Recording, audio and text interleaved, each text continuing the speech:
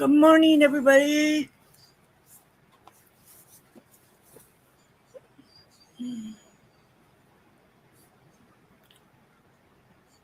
See if anybody else comes in.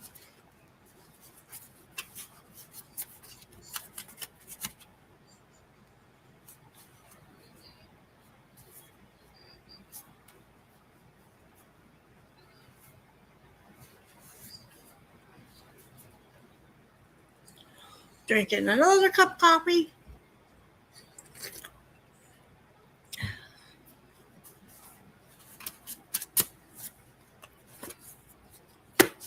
Okay. Please do not be judging each other in the comments or the chat. Please be kind to each other. Don't go to somebody else's channel and harass them or page, because I'm on Facebook as well. So, yeah, just be mindful of that. A lot of people come in and they are not the alcoholic. They are just supporting my channel or need help with a friend or family member on learning how to help them to be sober and how to deal with somebody that is sober. Because after all, it is a transition for everybody when somebody does decide to stop drinking. And if it's been a long time, you probably forgot how that person was before. Anyway, so yeah. Hi, sis. Thank you for letting me know that you can hear me and see me. Let's get into it. God, grant me serenity to accept the things I cannot change, the courage to change the things I can, and wisdom to know the difference. I also put in the description what we're reading and the page, the story, step, tradition, whatever it is. Anyways, yeah. 1. We admitted we were powerless over alcohol, that our lives had become unmanageable. 2. Came to believe that a power greater than ourselves could restore us to sanity. How's that, sis? 3. Made the decision to turn our will and our life over to the care of God as we understood Him.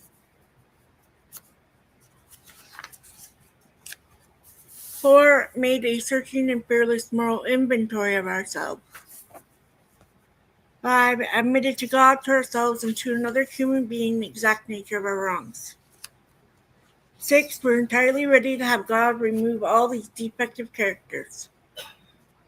7. Humbly asked Him to remove our shortcomings. 8. Made a list of all persons we had harmed and become willing to make amends to them all. 9. Made direct amends to such people wherever possible, except when to do so would injure them or others. 10. Continue to take personal inventory and when wrong, promptly admit it. 11. Sought through prayer and meditation to improve our conscious contact with God as we understood Him, praying only for knowledge of His will for us and the power to carry that out. And 12. Having had a spiritual awakening as a result of these steps, we try to carry this message to alcoholics and to practice these principles in all our affairs. Tradition 1. Our common welfare should come first. Personal recovery depends on AA unity. 2. For our group purpose, there is but one ultimate authority, loving God as He may express Himself in our group conscience. Our leaders are but trusted servants. They do not govern. 3. The only requirement for AA membership is a desire to stop drinking. 4. Each group should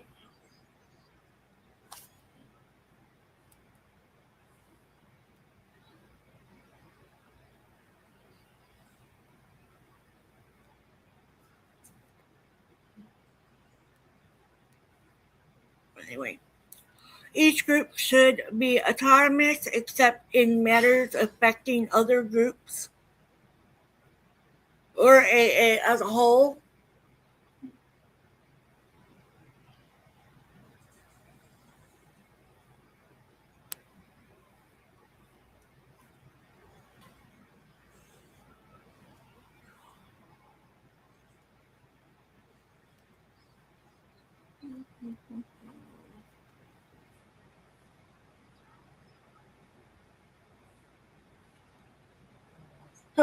Husband has my card.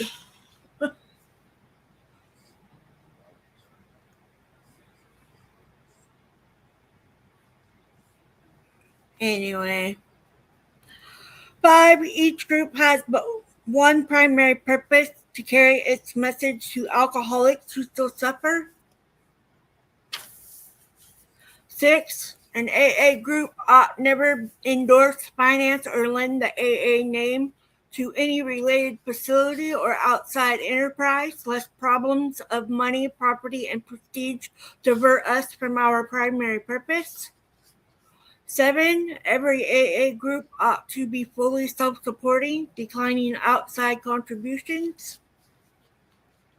8. Alcoholics Anonymous should remain forever non-professional, but our service centers may employ special workers. 9. AA as such ought never be organized, but we may create service boards or committees directly responsible to those they serve.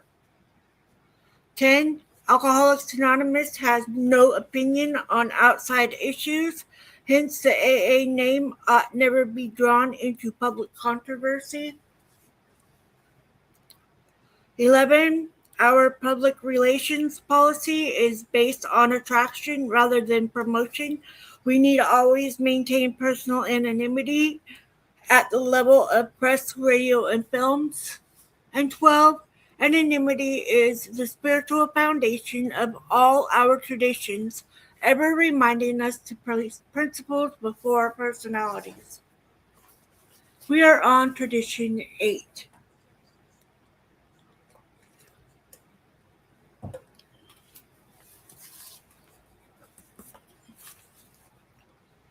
Tradition 8. Alcoholics Anonymous should remain forever non-professional, but our service centers may employ special workers. Alcoholics Anonymous will never have a professional class. We have gained some understanding of the ancient word, freely ye have received, freely give. We have discovered that at the point of professionalism, money and spirituality do not mix. Almost no recovery from alcoholism has ever been brought about by the world's best professionals, whether medical or religious.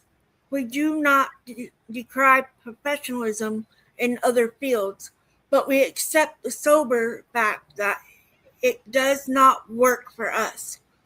Every time we have tried to professionalize our 12 steps, the results have been exactly the same. One single purpose has been defeated. Alcoholics simply will not listen to a paid 12-stepper almost from the beginning. We have been positive that face-to-face work with the alcoholic who suffers could be based only on the desire to help and to be helped. When an AA's talk for money, whether at a meeting or to a single newcomer, it can have a very bad effect on him too.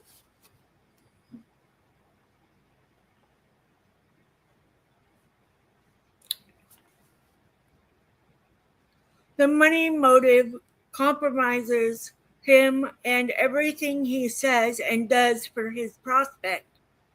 This has always been so obvious that only a very few AA have ever worked on 12-step for a fee. Despite this certainty, it is nevertheless true that few subjects have been the cause of more contention within our fellowship than professionalism. Caretakers have swept floors, cooks who fried hamburgers, secretaries in offices, authors writing books. All these we have seen hotly assailed because they were, as their critics angrily remarked, making money out of AA, ignoring the fact that these labors were not 12-step jobs at all. The critics attacked as AA professionals these workers of ours were who were often doing thankless tasks that no one else could or would do. Even greater fears were provoked when AA members began to run rest homes and farms for alcoholics. When some alcoholic problems in the industry, when some became nurses on alcoholic wards, when often entered the field of alcohol education. In all these instances and more, it was claimed that AA knowledge and experience were being sold for money. Hence, these people too were professionals. At last, however, a plain line of cleavage could be seen between professionalism and non-professionalism. When we had agreed that the 12 step couldn't be sold for money, we had been wise. But when we had declared that our fellowship couldn't hire service workers, nor could any AA members carry our knowledge into their fields, we were taking the counsel of fear which today has been largely dispelled in the light of experience.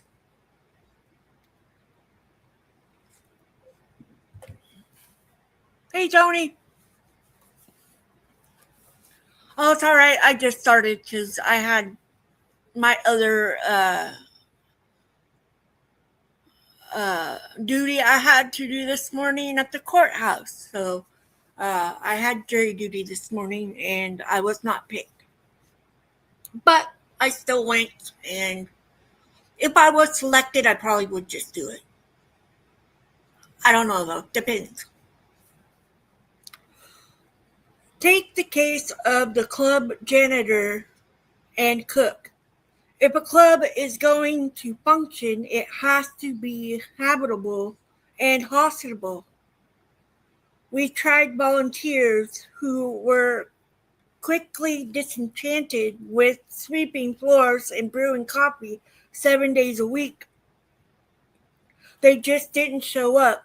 Even more important, an empty club couldn't answer its telephone, but it was an open invitation. Chris has my card. To a drunk on a binge who possessed a spare key. So somebody had to look after the place full time. If we hired an alcoholic, he'd receive only that we'd have to pay a non-alcoholic for the same job. The job was not to do 12-step work. It was to make 12-step work possible. It was a service position, pure and simple. Neither could AA itself function without full-time workers at the foundation and intergroup offices. We couldn't employ non-alcoholics as secretaries. We had to have people who knew the AA pitch. But the minute we hired them, the ultra-conservative and fearful ones shrilled professionalism. At one period, the status of these faithful servants was almost unbearable. They weren't asked to speak at AA meetings because they were making money out of AA. At times, they were actually shunned by fellow members. Even the charitable disposed described them as unnecessary evil. committees took full advantage of this attitude to depress their salaries. They could regain some measure of virtue, it was thought, if they worked for AA real cheap. These notions persisted for years. Then we saw that if a hard-working secretary answered the phone dozens of times a day, listened to 20 wailing wives, arranged hospitalizations, and got sponsorships for 10 newcomers, and was gently diplomatic with the irate drunk who complained about the job she was doing and how she was overpaid, then such a person could surely not be called a professional AA. She was not professionalizing the 12th step. She was just making it possible. She was helping to give the man coming in the door the break he ought to have. Volunteer committeemen and assistants could be a great help, but they couldn't or could not be expected to carry this load day in and day out. At the foundation, the same story repeats itself. 8 tons of books and literature per month do not package and channel themselves all over the world. Sacks of letters on every conceivable AA problem, ranging from a lonely heart Eskimo to the growing pains of thousands of groups, must be answered by people who know. Right contact with the world outside have to be maintained. AA lifelines have to be tended. So we hire AA staff members, we pay them well, and they earn what they get.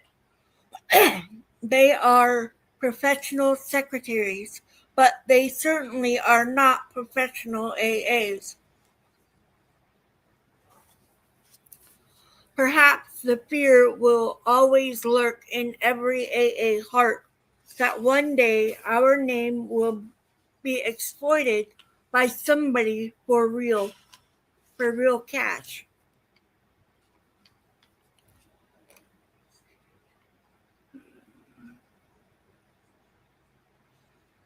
Even the suggestion of such a thing never fails to whip up a hurricane, and we have discovered that hurricanes have a way of mauling with equal severity both the just and the unjust. They are always unreasonable. Sorry about that. No individuals have been more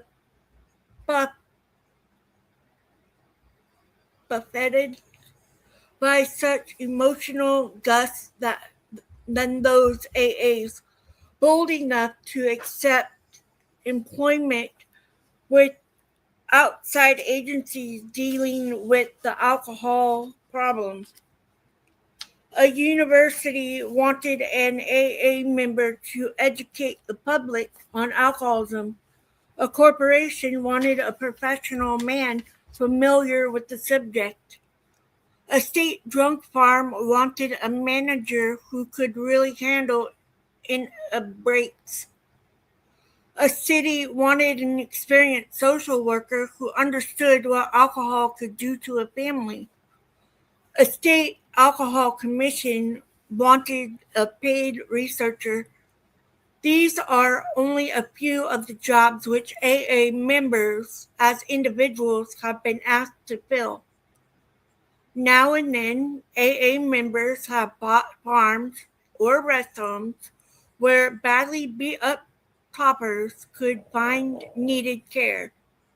The question was, and sometimes still is, ask such activities to be branded as professionalism under AA tradition.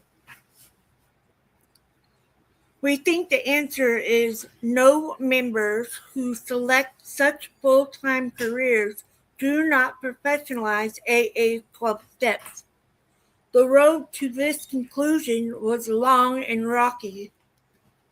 At first, we couldn't see the real issue involved. In former days, the moment an AA hired out to such enterprises, he was immediately tempted to use the name Alcoholics Anonymous for publicity or money-raising purposes. Drunk farms, educational ventures, state legislators, and commissions advertised the fact that AA members served them. Unthinkingly, AA so employed recklessly broke anonymity to thump the tub for their pet enterprise. For this reason, some very good causes and all connected with them suffered unjust criticism from AA groups. More often than not, these onslaughts were spearheaded by the cry professionalism. That guy is making money out of AA's 12-step work. The violation in these instances was not professionalism at all. It was breaking anonymity. AA's sole purpose was being compromised, and the name of Alcoholics Anonymous was being misused. It is significant now that almost no AA in our fellowship breaks anonymity at the public level, but nearly all these fears have subsided. We see that we have no right or need to discourage AAs who wish to work as individuals in these wider fields. It would be actually antisocial were we to forbid them. We cannot declare AA such a closed corporation that we keep our knowledge and experience top secret. If an AA member acting as a citizen can become a better researcher, educator, personnel officer, then why not? Everybody gains and we have lost nothing. True, some of the projects to which AA has attached themselves have been ill-conceived, but that makes not the slightest difference with the principle involved. This is the exciting welter of events which has finally cast up AA's tradition of non-professionalism. Our 12 steps is never to be paid for, but those who labor in service for us are worthy of their hire. So in other words, we do have those public servants that get paid. They are the special workers. And they are the ones that answer those letters, make those phone calls, make sure that all groups have what they need to be a group. Make sure that they have the right literature that we need for the meetings, and because there's pamphlets, there's stuff that you hang on the walls, which is 12 steps and the 12 traditions thing you hang on the wall. You pass out the books, and those are servants that don't get paid, but we are getting paid. We're getting paid in the wealth of sobriety. That's the best way I can explain it. Is don't expect to get paid for your services when you're doing AA, because AA is free. I don't get paid to do the meetings here. I just do them. Why? Because that's what the book tells me I should do, is pass it on to the next person. Help as many people as you can. And so I do it because I can reach more people this way on the internet. And yes, anytime I have a job, which I'm unemployed right now, but if I have a job, I tell people at work that I'm a recovering alcoholic all the time. One of my best friends is a recovering alcoholic. Well, a few of them are recovering alcoholics, and they come to my meetings because they can't get to other meetings for whatever reason. My sponsor comes to my meetings here because it's hard for her to get out and go places. And I chose to do them online because in 2020, when people couldn't go anywhere, I was missing out on having my meetings, going to meetings. And I hadn't thought about starting my YouTube at that point, but I wanted to go to meetings and I couldn't, and it sucked. And so I learned that other people can't go to meetings either. And so when I moved here and I was able to have the internet connected all the time, I started my YouTube channel and I decided to ask people that I first met on YouTube. And they are the sweetest people. And I have met some of them in person. But I asked them what they thought. And my really good friend, Miss Ava Potterfield and friends, she wasn't sure. She said, I'm not sure if you would want to put yourself out there like that. But she didn't know either. But I waited on it for a couple weeks, and I was like, you know what? It's not going to hurt me to go ahead and do a meeting. And so I did a meeting, and I've been doing them ever since. And I don't like missing doing the meetings, but today the reason why I said that I wasn't going to be doing a meeting is because I had jury duty, and so I was at the courthouse all the way until 10:45 this morning, so 7:30 to 10:45. Um, but I decided when I got home that I'd just go ahead and go live and do a meeting and make sure everybody gets a meeting for today. But I also have a GoFundMe going. It is linked in my community tab, I believe. Um, and it is also on my Facebook page. So if anybody can help a little bit, is not too little. My sister and her husband and their dog is staying with us for right now due to her apartment being flooded by the neighbor upstairs. And so they're staying here while they get things redone down there. Um, so anything that you can donate, it helps a lot. Like I said, no amount is too small. I think maybe tomorrow I'm going to sit with her and do a Amazon wish list because they had to throw away a lot of stuff, including their bed, their couch. Um, there's a lot that they had to get rid of because of water damage. So, like I said, no amount is too small, and if you can, just keep them in your prayers. And but I know that they're safe here, and I'm just trying to make them feel comfortable. So, trying to not be bossy, and because us recovering alcoholics are still bossy. Yes, I still have that bossy sass attitude sometimes.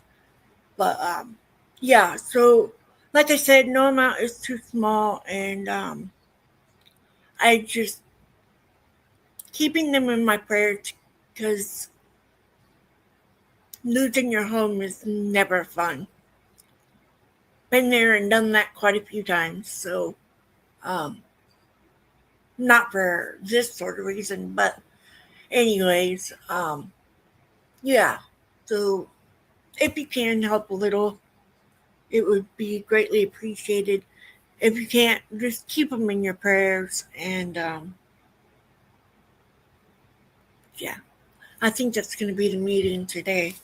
So I love you guys.